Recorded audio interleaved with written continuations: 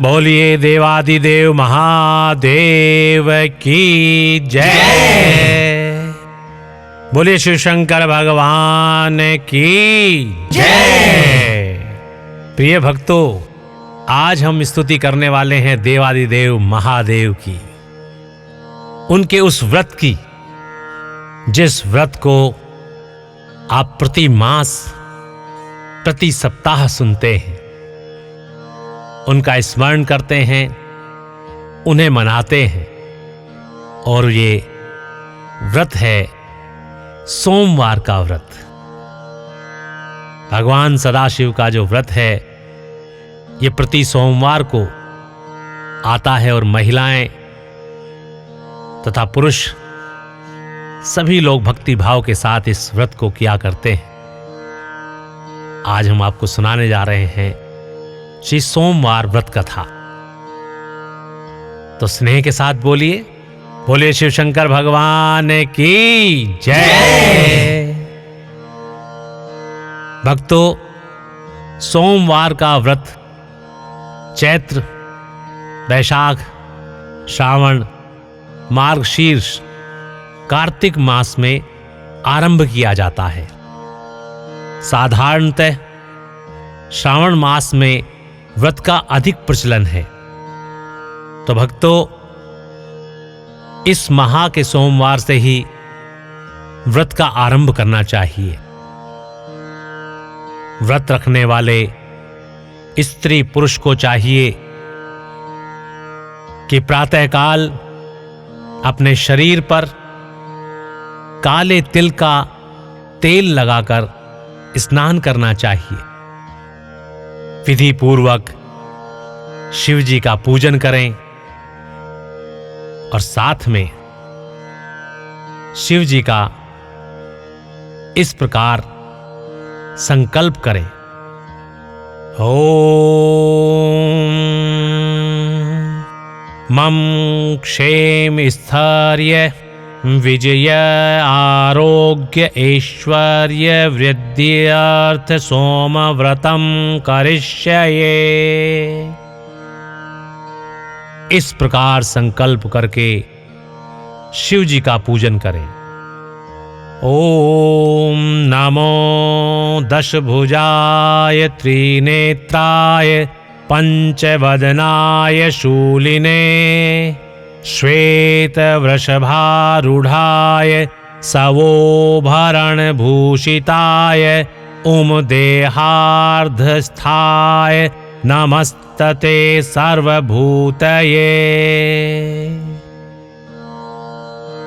इस प्रकार से ध्यान करें अथवा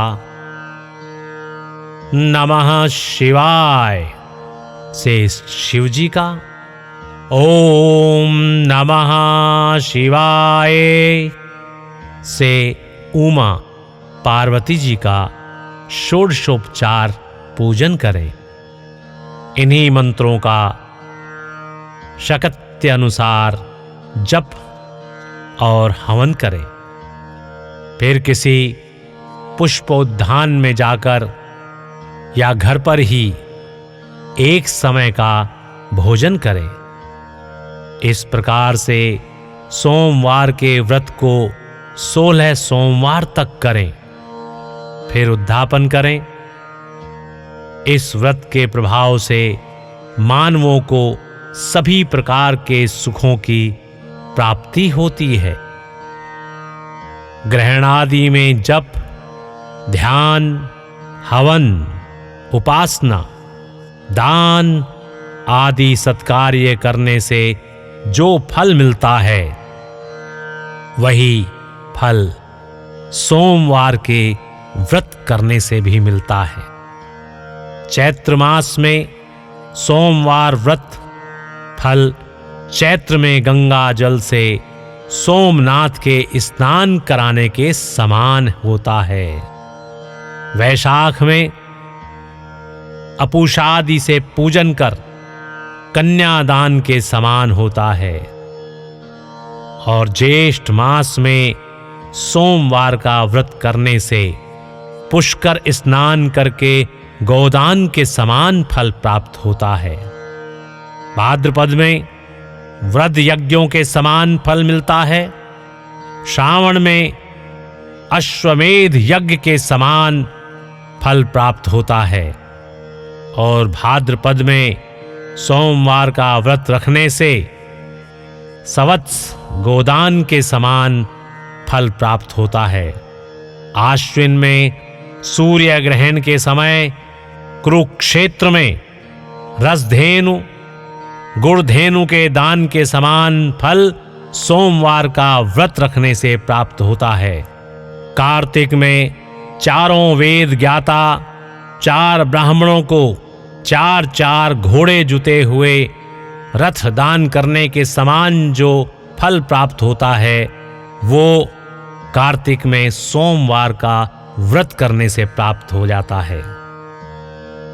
मार्गशीर्ष में चंद्र ग्रहण के समान काशी आदि तीर्थ में जाकर गंगा स्नान जप दान के समान फल प्राप्त होता है। पोष में अग्निष्टोम यज्ञ के समान, माघ में गाय का दूध व गन्ने के रसे से स्नान कर ब्रह्म इत्यादि निमित्त के समान फल प्राप्त होता है। प्रिय भक्तों, फाल्गुन मास में सोमवार का व्रत रखने से उतना फल प्राप्त होता है जितना कि फाल्गुन में सूर्य आदि ग्रहण के समय गोदान करने से जो फल प्राप्त होता है। श्रावण में केदार का ब्रह्म कमल से पूजन, दर्शन, अर्चन तथा केदारनाथ क्षेत्र में निवास का विशेष महत्व है। इससे भगवान शंकर की प्रसन्नता और शिव सायुज्य प्राप्ति होती है। बोलिए शिव शंकर भगवान की जय। बोलिए देवादिदेव महादेव की जय। तो प्रिय भक्तों, आइए आपको सुनाते हैं सोमवार की व्रत कथा। बोले शिवजी महाराज की जय। एक साहूकार बहुत धनवान था। उसको धन आदि किसी बात की कोई कमी नहीं थी, परंतु पुत्र न होने के कारण वह अत्यंत दुखी रहता था। वह दिन रात इसी चिंता में रहता था और इसीलिए वह पुत्र की कामना के लिए प्रति सोमवार को शिवजी का व्रत और पूजन किया करता था। सायंकाल को शिवजी के मंदिर में जाकर दीपक जलाया करता था। उसके इस भक्ति भाव को देखकर एक समय श्री पार्वती जी ने शिवजी महाराज से कहा, हे महाराज, यह साहूकार आपका अनन्य भक्त है और सदैव आपका व्रत और पूजन बड़ी श्रद्धा से करता है, अतः इसकी मनोकामना पूर्ण करनी चाहिए। शिवजी महाराज ने कहा, पार्वती जी, यह संसार कर्म क्षेत्र है। जैसे किसान खेत में जैसा बीज बोता है वैसा ही फल काटता है, उसी तरह संसार में जो जैसा कर्म करते हैं वैसा ही फल भोगते हैं। पार्वती जी ने अत्यंत आग्रह के साथ कहा, महाराज, जब यह आपका ऐसा भक्त है और यदि इसको किसी प्रकार का दुख है, कष्ट है, तो उसको अवश्य दूर करना चाहिए, क्योंकि आप तो सदैव अपने भक्तों पर दया करते हैं, उनके दुखों को दूर करते हैं भोले भंडारी। यदि आप ऐसा नहीं करेंगे तो मनुष्य क्यों कर आपकी सेवा, व्रत और पूजन करेंगे। पार्वती जी का ऐसा आग्रह देखकर शिवजी महाराज प्रसन्न होकर कहने लगे, हे पार्वती, इसके कोई पुत्र नहीं है। इसी पुत्र चिंता के विषय में यह बहुत दुखी रहता है। इसके भाग्य में पुत्र न होने पर भी मैं इसको पुत्र प्राप्ति का वर देता हूं, परंतु वह पुत्र केवल 12 वर्ष तक ही जीवित रहेगा। इसके पश्चात वह मृत्यु को प्राप्त हो जाएगा। इससे अधिक मैं इसके लिए कुछ नहीं कर सकता। यह सब बात साहूकार सुन रहा था। इससे उसको ना कुछ प्रसन्नता हुई और ना कुछ दुखी ही हुआ। वह पूर्ववत वैसे ही शिवजी महाराज का सोमवार का व्रत और पूजन करता रहा। कुछ समय व्यतीत हो जाने पर साहूकार की स्त्री गर्भवती हुई और 10वें महीने में उसके गर्भ से एक अति सुंदर पुत्र की प्राप्ति हुई। साहूकार के घर में बहुत खुशियां मनाई गई, परंतु साहूकार ने उसको केवल 12 वर्ष की आयु जानकर अधिक प्रसन्नता प्रकट नहीं की और न ही किसी को यह भेद बताया। जब वह 9 वर्ष का हो गया तो उस बालक की माता ने साहूकार से उसके विवाह आदि के लिए कहा। अपनी पत्नी से अपने पुत्र के विवाह के विषय में सुनकर साहूकार कहने लगा, मैं अभी इसका विवाह नहीं करूंगा, इसे काशी जी पढ़ने के लिए भेजूंगा। फिर उस साहूकार ने अपने साले अर्थात बालक के मामा को बुलाया और उसको बहुत सा धन देकर कहा,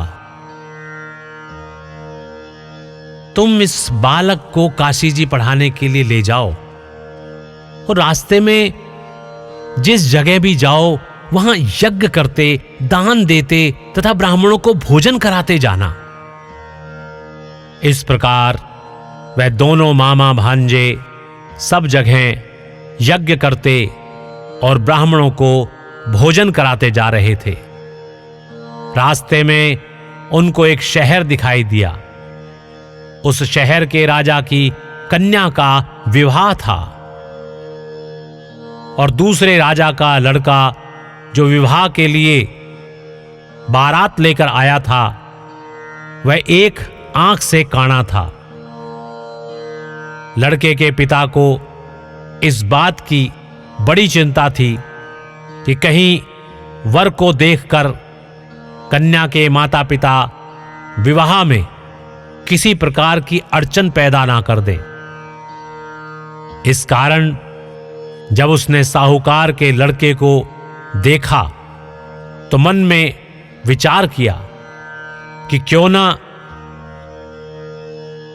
लड़की के दरवाजे पर जाते समय इस लड़के से वर का काम ले लिया जाए, अर्थात अपने लड़के की जगह इसको आगे करके दिखाया जाए। ऐसा विचार कर राजा ने उस लड़के और उसके मामा से कहा तो वे राजी हो गए और साहूकार के लड़के को स्नान आदि करा, वर की तरह के कपड़े पहना तथा घोड़ी पर चढ़ा लड़की के दरवाजे पर ले गए और बड़ी शांति से सब कार्य हो गया।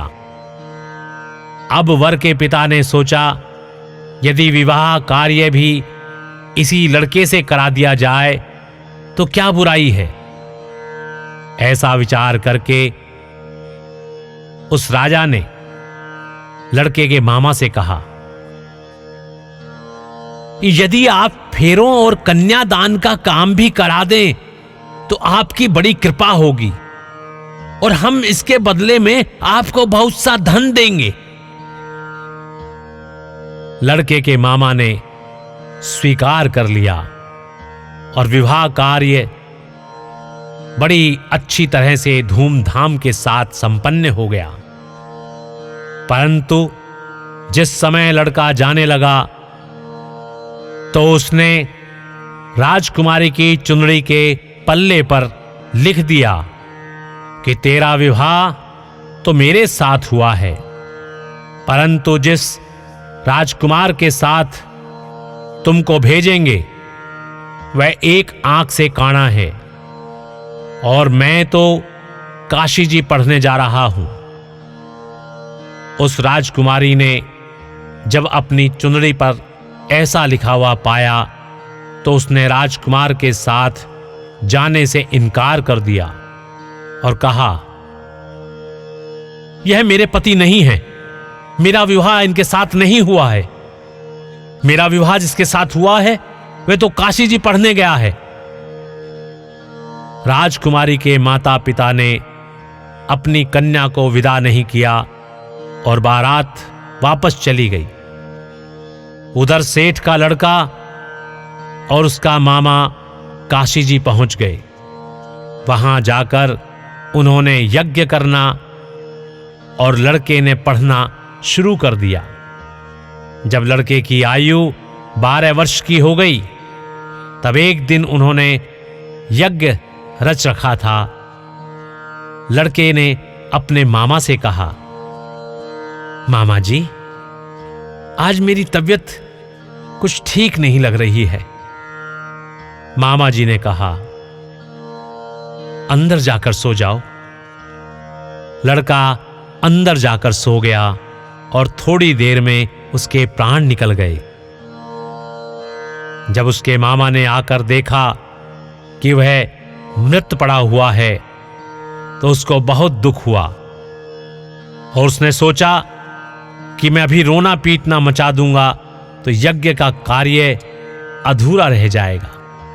अतः उसने जल्दी से यज्ञ का कार्य समाप्त कर ब्राह्मणों के घर जाने के पश्चात रोना पीटना आरंभ कर दिया। संयोगवश उस समय शिवजी महाराज और पार्वती जी उधर से जा रहे थे। जब उन्होंने जोर जोर से रोने पीटने की आवाज सुनी तो पार्वती जी शिवजी को आग्रह करके उसके पास ले गई और सुंदर लड़के को मरा हुआ देखकर कहने लगी, हे महाराज, यह तो उसी सेठ का लड़का है जो आपके वरदान के पश्चात पैदा हुआ था। शिवजी महाराज ने कहा, हां पार्वती जी, इसकी आयु इतनी ही थी, सो यह भोग चुका है। पार्वती जी ने कहा, महाराज, कृपा करके इस बालक को और आयु दे दीजिए, नहीं तो इसके माता पिता तड़प तड़प कर मर जाएंगे। पार्वती जी के इस प्रकार बार बार आग्रह करने पर शिवजी ने उसको वरदान दिया और शिवजी महाराज की कृपा से वह लड़का जीवित होकर उठ बैठा। शिवजी महाराज पार्वती जी को लेकर कैलाश पर्वत की ओर चले गए। तब वह लड़का और उसका मामा उसी प्रकार यज्ञ कराते हुए अपने घर की तरफ चल पड़े और रास्ते में उसी शहर में आए जहां पर उस लड़के का विवाह हुआ था। वहां पर आकर जब उन्होंने यज्ञ आरंभ किया तो उस लड़के के ससुर ने उसको पहचान लिया और अपने महल में लाकर उसका बड़ा सम्मान किया। साथ ही बहुत सारा धन और दासियों सहित बड़े आदर और सत्कार के साथ अपनी लड़की और जमाई को विदा किया। जब वह अपने शहर के निकट आया तो उसके मामा ने कहा, भांजे, पहले मैं तुम्हारे घर जाकर तुम्हारे आने की सूचना देकर आता हूं। जब मामा घर गया उस समय उसके माता पिता घर की छत पर बैठे हुए थे और उन्होंने प्रण कर रखा था कि यदि हमारा पुत्र सकुशल घर आया तो हम हंसी खुशी नीचे उतर आएंगे, नहीं तो छत से गिरकर अपने प्राण दे देंगे। इतने में उस लड़के के मामा ने आकर यह सारा समाचार सुना दिया कि आपका पुत्र आ गया है। परंतु उनको विश्वास न आया। तब उसके मामा ने शपथ पूर्वक कहा, आपका पुत्र अपनी पत्नी तथा बहुत सारा धन लेकर आया है। साहूकार ने बड़े आनंद के साथ अपने पुत्र और पुत्रवधू का स्वागत किया और वह बड़ी प्रसन्नता के साथ रहने लगे। इसी प्रकार जो कोई भी सोमवार का व्रत रखता है अथवा इस कथा को पढ़ता है या सुनता है, उसके दुख दूर होकर उसकी समस्त मनोकामनाएं पूर्ण होती हैं